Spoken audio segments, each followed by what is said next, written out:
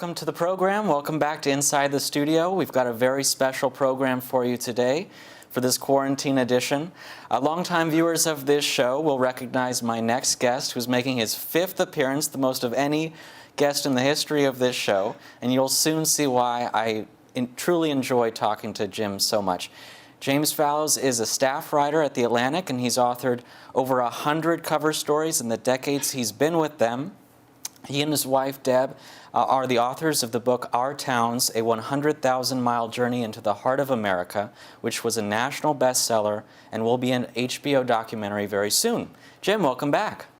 Evan, it's always a pleasure to talk with you, so I'm glad to be back for round 5. I almost feel like if we were SNL, I need to give you a smoking jacket. You're part of the 5 Timers Club. Where's my smoking jacket? Yes, next time. Okay, it's a deal. It's a deal. So a real quick housekeeping matter for those that are watching today. I want to invite you to ask questions at the bottom of your screen. We'll take them over the course of the interview. We're going to talk about a lot of very interesting topics today, so a wide range of issues. So feel free to ask those questions, and we'll get to them over the course of the interview. So now that we got that taken care of, how are you and Deb holding up during the shelter-at-home order? I think we are, like everybody in the U.S. and the world, where we recognize this is an extremely strange period. We're better situated than most people. We have a nice house in Washington, D.C., where we've basically been for the last 6 or 7 weeks. I'm looking out right now in the backyard where we have a herd of deer out there. It's like the wildlife is taking over. There's one deer who either was hit by a car or ran into some kind of fox or something, so he has a wounded leg. But we're studying the increase in wildlife, and this is like 3 miles from the White House. We have herds of animals roaming around. Wow, I've seen incredible pictures of air pollution versus non-air pollution during these times where everyone's at home around the world. It's really amazing to see the difference when people are at home versus out and about. So wildlife, it makes perfect sense why they'd be out and roaming free. So what are you doing to pass the time while you're at home? Well, I think, again, also like many of your listeners and viewers, I feel myself a creature of Zoom. 2 months ago, if somebody said have a Zoom conversation, I'd say, oh yeah, okay. Now the emotional freight that comes with the idea of wall-to-wall Zoom is really something. But I've been doing interviewing for articles. Deb and I have been maintaining website posts, both about national affairs and about local affairs. And we've been in touch with our families in California and in Texas. So like everybody probably on this call, we've been trying to maintain as much normality as possible in these very abnormal circumstances. And speaking of, what are your thoughts on the current situation? Where do we stand right now? If we're talking about just the pandemic, this, in my very long lifetime as a observer of public affairs, there's been nothing like this before. Of course, the late 1960s, when I had gone from Redlands off to college in the East Coast, was a time of warfare and tumult. But I was thinking a day or two ago, in the very bloodiest year of combat during the Vietnam War, when I was in college, there were about 15 or 16,000 Americans who died in that entire year, and that seemed shocking. Now, of course, we've had more than 50,000 Americans die just in the last 5 weeks, and the scale is different, different kinds of deaths and fatalities, of course, but the scale of economic induced coma, as Paul Krugman has said, and public health just catastrophe is like something I have never experienced, and therefore most viewers have not either. So if we feel strange, it's because this is an unprecedented time in our national history. Do you think it's accurate to compare this to the flu or the number of cancer deaths or automobile accidents? You hear a lot of that going on right now. What are your thoughts? It's true. It's true on the one hand that in a country of 300 million people, you have millions of normal deaths per year because a certain percentage of the population dies. And in any normal year, about 30,000 people are killed by gunshots, and about 30,000 people are killed in traffic accidents, and 50 or 60,000 may die from annual influenza. But I think those comparisons, you hear fewer and fewer of them because this is so abnormal in its scale. You see figures, especially in big cities now, where the totals of all deaths are several thousand more per week than they were in normal years because just the scope of this is so large, and it's the virus is now the leading cause of death in the United States, more than cancer or heart disease or any other cause. So that is abnormal, and it clearly is an unusual circumstance going on. So you were stationed in China earlier on in your career, and you got to report on a variety of topics while you were there. Do you think they did all they could do in terms of accountability, and do you think they were transparent enough when they broke it to the world? No and no. So on the one hand, and Evan, as you recall from our many previous conversations, my view is anything important is contradictory and complex. So on the one hand, I think it doesn't make sense to talk about the Chinese virus or the Wuhan virus, even though it started, as best anyone can tell, in the markets of Wuhan and in central China. So it is not sensible to blame China in sort of a ethnographic way, but it is worth saying that the Chinese government misbehaved in ways that could have had tremendously positive effects if they'd behaved in a different way, as the US government is misbehaving now. And so the importance of the Chinese government is that when the epidemic, then not a pandemic, the epidemic was centered in one city, in one province, if they had sort of sounded the alarm then, the possibility for containing it, it could have been arrested before it scaled up around the world. To reckon the scale of what's happened in the United States, it is worth realizing that 5 weeks ago, only 5 weeks ago, the US and South Korea had the same number of deaths from this virus, about 100 deaths apiece 5 weeks ago. In the last day, South Korea has had one death, and the United States has had nearly 3,000.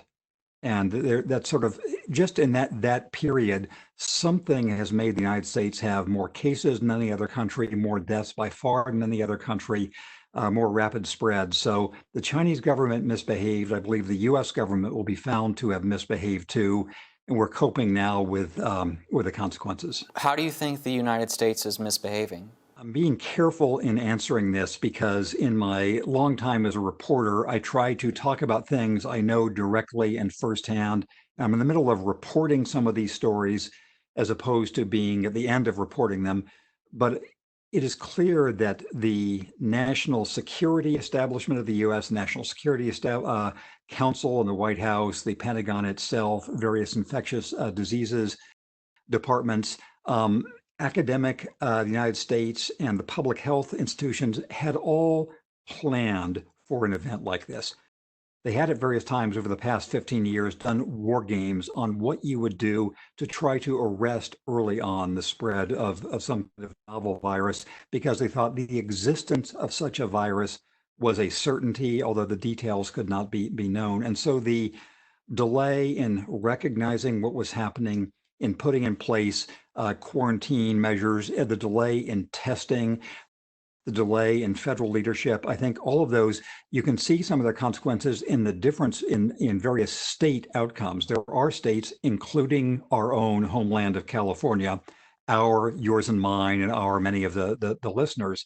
California has had a much shallower peak than a lot of other states because California, like Ohio, like Washington State, acted relatively early to arrest the spread, and some other states acted relatively slowly. That was true on the national level as well. So the United States military and intelligence community are currently investigating the theory that the novel coronavirus may have originated from an accidental contamination from a laboratory in Wuhan, China, rather than from a wet market.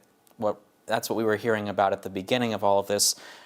Do you think there's any merit to that investigation at all?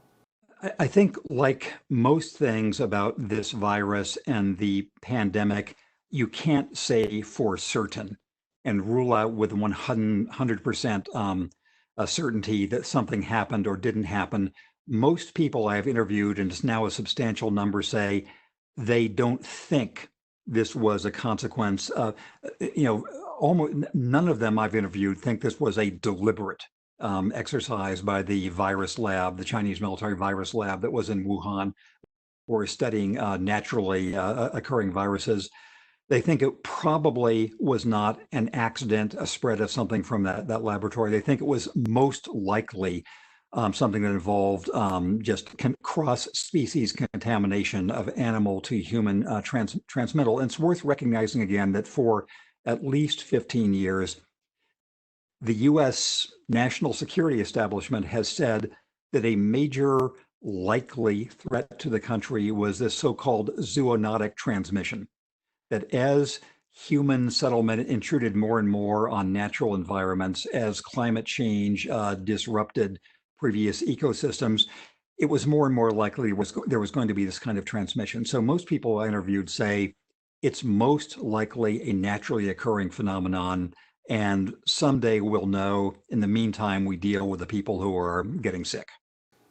How do you think the World Health Organization is doing during all of this? In the contradictions rule everything principle, I think they are flawed and indispensable, both of those things. They are flawed in that they have been, I think, too accommodating of one central point of the People's Republic of China policy, which is that Taiwan should be excluded from everything. You know, that the government in Beijing has not wanted Taiwan to be in the WHO, to be counted in WHO surveys, et cetera, and the WHO has accommodated to that, as opposed to doing what I think most public health experts wish they had done, which is find a way, like the Olympics, like other organizations, to include Taiwan on terms that the Beijing government can accept and live with, because Taiwan, like South Korea, has been relatively effective in controlling the spread of the virus there. On the other hand, cutting off funding to the WHO, in my view, is short-sighted for the US, because right now they are part of the solution rather than part of the problem. They're working a lot of underdeveloped countries where the spread is going to come. Also, the US is in a weak position to say, oh, WHO, you were too nice to China, because you'll recall through January and February, the head of the US government was saying, we trust Xi Jinping, we trust what the Chinese are doing, it's going to be controlled there. So the US was doing what the WHO was doing early on, and it seems strange to criticize them now. And speaking of criticizing, great segue into my next question, which would be, the president recently announced that he was going to halt the United States funding while an investigation got underway. What do you think of that? I think that is a gesture as opposed to a policy. That there are ways, the way these things usually work is the US has lots of tools of influence on organizations like the WHO, or the US has had influence on these organizations. There's lots of American staffers there. American funding is important. And so it would have been, if you were concerned mainly about containing the disease, as opposed to taking making a posture, you would work within the WHO to have them find a feasible way to include Taiwan, to apply the lessons of Taiwan other places, to say, okay, we'll set aside these political arguments for another time. Right now, let's look at India. Right now, let's look at Brazil. Right now, let's look at Indonesia and see what we can do there. So I think that this will not be a useful step. So if there's anyone who can offer perspective on literally anything I've ever asked you, as long as I've known you, it would be you. So in the midst of all of this, and we're getting depressed reading about all the terrible things that are going on, what have you seen recently that gives you some hope? What specific examples of people or organizations are doing to bring some sense of hope right now? Well, thanks very much for asking that, Evan. And the previous couple of times that we've spoken, Deb and I were reporting on, and then writing, and then talking about the long project we did for the Atlantic, which was then called American Futures, and the book we did from that called Our Towns, whose central message was, at a time of disappointment in national level governance in the United States, of polarization and blame and gridlock and whatever you want to call it, that across the country at the local level, in cities with mayors and with companies and with private organizations and whatever, you did see the kind of practical mindedness and resilience and responsibility and openness that we like to think as part of the American model and the American way. And I think that in a horrible way, the events of the last 2 months have dramatized that because, as I've been saying, the US national government response will be studied only in a negative fashion in the history books, I think, of just the ways that it was not able to step up and help the nation prevent this disease.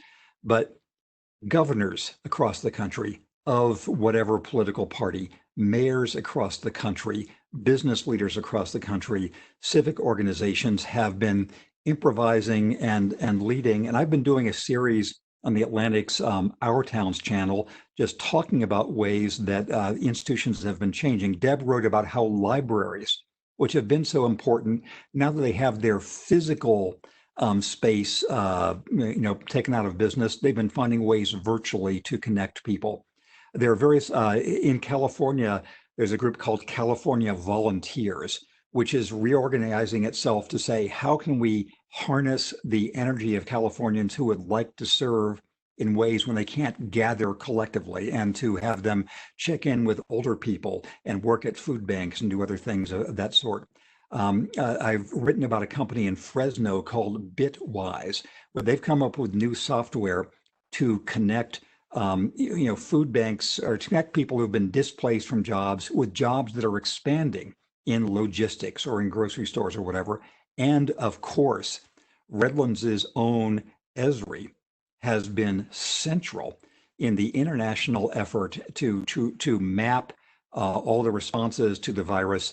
Anybody who is logged on to the Johns Hopkins coronavirus map, which is the most popular one in the world, is seeing ESRI technology billions of times per day. There are billions of hits on this thing around the world. So I think that companies, individuals, organizations, churches are responding in a way that I think demonstrates again the latent potential of the fabric of American society.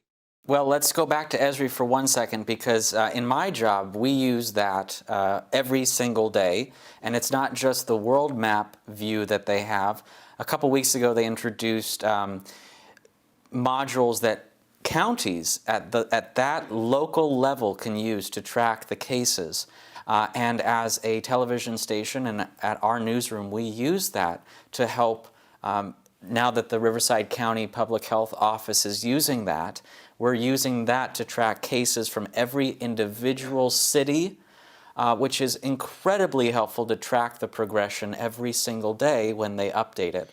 It's really amazing technology, and to have that at Redlands is really incredible. And you should provide to viewers and listeners here to the great story you did, Evan, about the way that every technology was being applied. And again, if you think of high-tech tools like those being developed by ESRI and by Bitwise, as I mentioned, and Google and Amazon and others are all trying to, Microsoft, they're all trying to apply their tools in new ways now. I think that's a sign of what I hope will be a developed muscle memory of this period of things are possible. There are ways in which we are recognizing what people can rise to in difficult times. We wish the times were not so difficult, but this is the point of encouragement in discouraging times that I direct people's attention toward. All right, well, we're going to take a quick pause right now because I want to remind people who are watching, we've got a few people that have joined since we started the show. You can ask questions that you have of Jim in that Q&A box right there. Let me just refresh this and make sure I'm not missing any. Here's another one we can do. So Jim, you've written about observing the pervasiveness of the opioid problem in your travels across the United States. How do you think in the aftermath of this pandemic, could it help or hurt the recovery from that epidemic? That is a fascinating question. And I don't have a thought through answer. Here's a partial answer. Certainly, in the short term, a lot of the worst burden of this pandemic is going to fall on places that have already been coping with with opioids. Again, for the first month, the burden was notably in New York and New Jersey and big city New York. I think we're about to see now a lot of the rural burden, where in Appalachia, in the South, in the Great Plains, you're starting to see many more outbreaks. Sioux Falls, South Dakota, where we spent a lot of time, of course, has the largest single concentration outside the East Coast with the packing plant in Sioux Falls. And some of them are developing in West Virginia too. In the short term, I think already strained medical resources are going to be further strained. It is possible that one outcome of this pandemic is going to be new attention on public health, on preparedness, on the connection between pre-existing conditions of all sorts, general ill health and addiction and diabetes and all the other things which condition people to being more vulnerable to the virus, and the ways these are genuine national security threats. So maybe the attention on public health, which we're going to be forced to from this episode, will also spill over to embrace on addiction as part of public health as well, because it certainly is that. That is my answer as of April 24th. I'll hope to have a better answer as of May 24th and beyond that. At 12:21. Yes. So the impact that this could have if the situation is still happening in November could really impact the 2020 election in so many ways. Speaking of a public health crisis at the polls, what kind of implications are we looking at, and what have you seen being done to prepare for that being the case? I think there is an operational implication which Americans of any political outlook should be taking as a first order priority, which is making sure we can have a real, trustworthy, legitimate election. And I believe certainly there's enough lead time now, it's 6+ months until the election, to try to put in place the thoroughgoing vote by mail provisions that states in the Pacific Northwest, I believe both Washington and Oregon, have done for a very long time. States in the Northeast have been expanding this in the past few elections. But I think the example in the Wisconsin primary a couple of weeks ago, where it seems that people, they not simply expose themselves to risk by going out to vote, but a number of them actually got sick by going out to vote. We shouldn't put people in that position of having to trade their physical safety and spread of the virus for participating as citizens. So I think it should be the case that all Americans want to support vote by mail and honest vote provisions.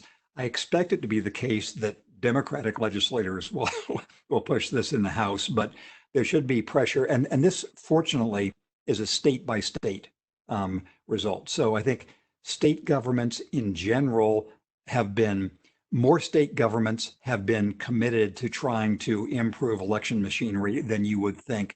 And there should be very substantial statewide pressure to make sure this happens by November. Could you see there being a call for a delay of this national election?